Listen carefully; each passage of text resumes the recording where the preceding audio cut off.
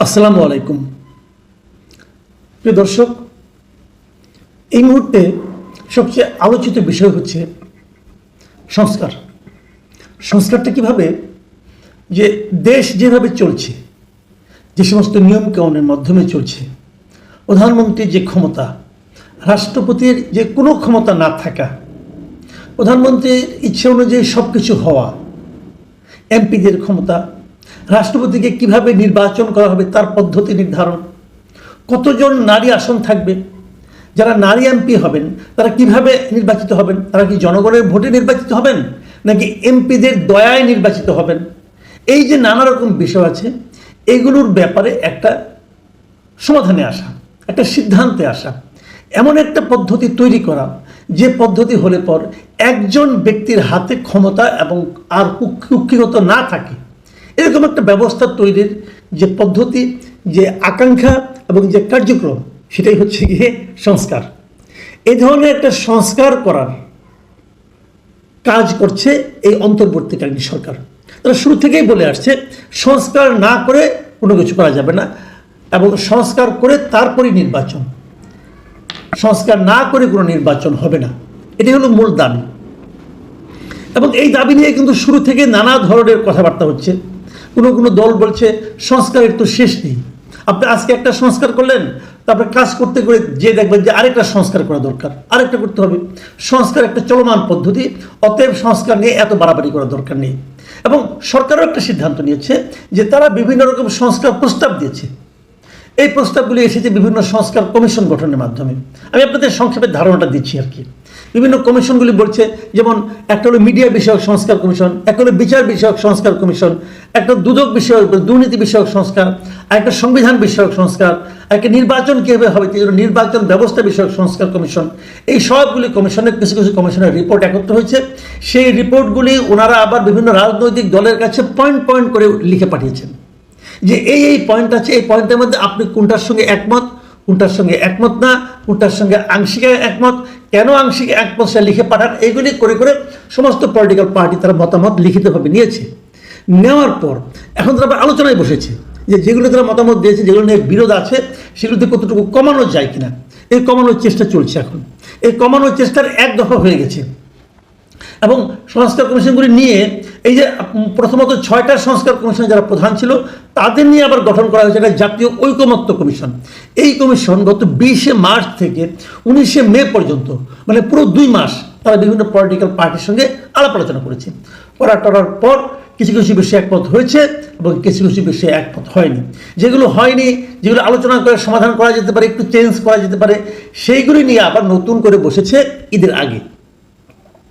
ঈদের আগে 2 জুন মাসের 2 তারিখে তারা সবাই মিলে বসে একটা আলোচনা হয়েছে। প্রথম দিন, সেদিন প্রধান উপদেষ্টা নিজেও ছিলেন, অনেকের সঙ্গে আলাপ আলোচনা করেছেন কীভাবে করা যায় না করা যায় এগুলো নিয়ে। তারপরের দিনে আলোচনা শুরু হয়েছে, একটা মুলতবি ছিল ঈদের কারণে।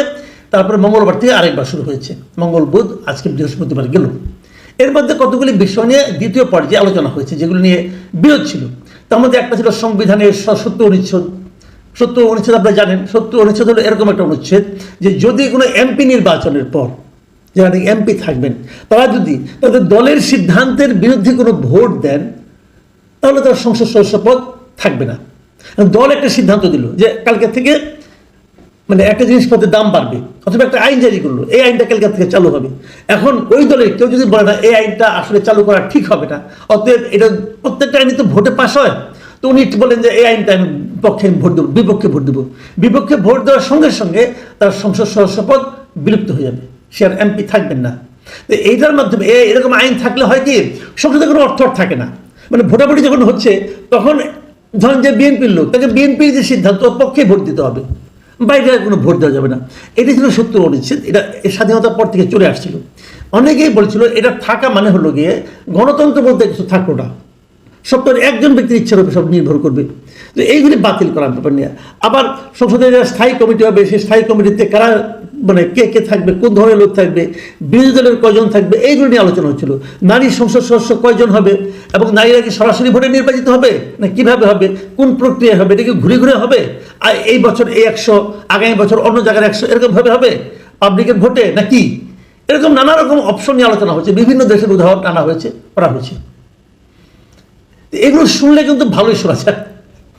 আলোচনা হয়েছে প্রেসিডেন্ট নির্বাচন নিয়ে, কিভাবে প্রেসিডেন্ট নির্বাচন করা হবে। এখন যেমন প্রেসিডেন্ট নির্বাচিত হয় কেবলমাত্র সংসদ সদস্যদের ভোটে, প্রস্তাব এসেছে না এমন যদি সংসদ উচ্চ 2 কক্ষ হয় তাহলে সংসদের উচ্চ কক্ষের সদস্যরা ভোট দিবে। আবার কেউ কেউ বলেছে না বিভিন্ন সিটি কর্পোরেশনের যারা জনপ্রতিনিধি আছে তারা ভোট দিবে। আবার অনেকে বলেছে না যারা নাকি ইউনিয়ন পরিষদের মেম্বার চেয়ারম্যান আছে তারাও ভোট দিবে। মানে প্রায় 70-80 লোকে ভোট দিয়ে একজন প্রেসিডেন্ট বানাবে। এই সবগুলির পক্ষে বিপক্ষে যুক্তি আছে, এই যুক্তিগুলি তারা দিচ্ছে। কিন্তু আমি এগুলি নিয়ে খুঁটিয়ে আলাপে যাচ্ছি না, আমি মোটা দাগে কথাটা বলি।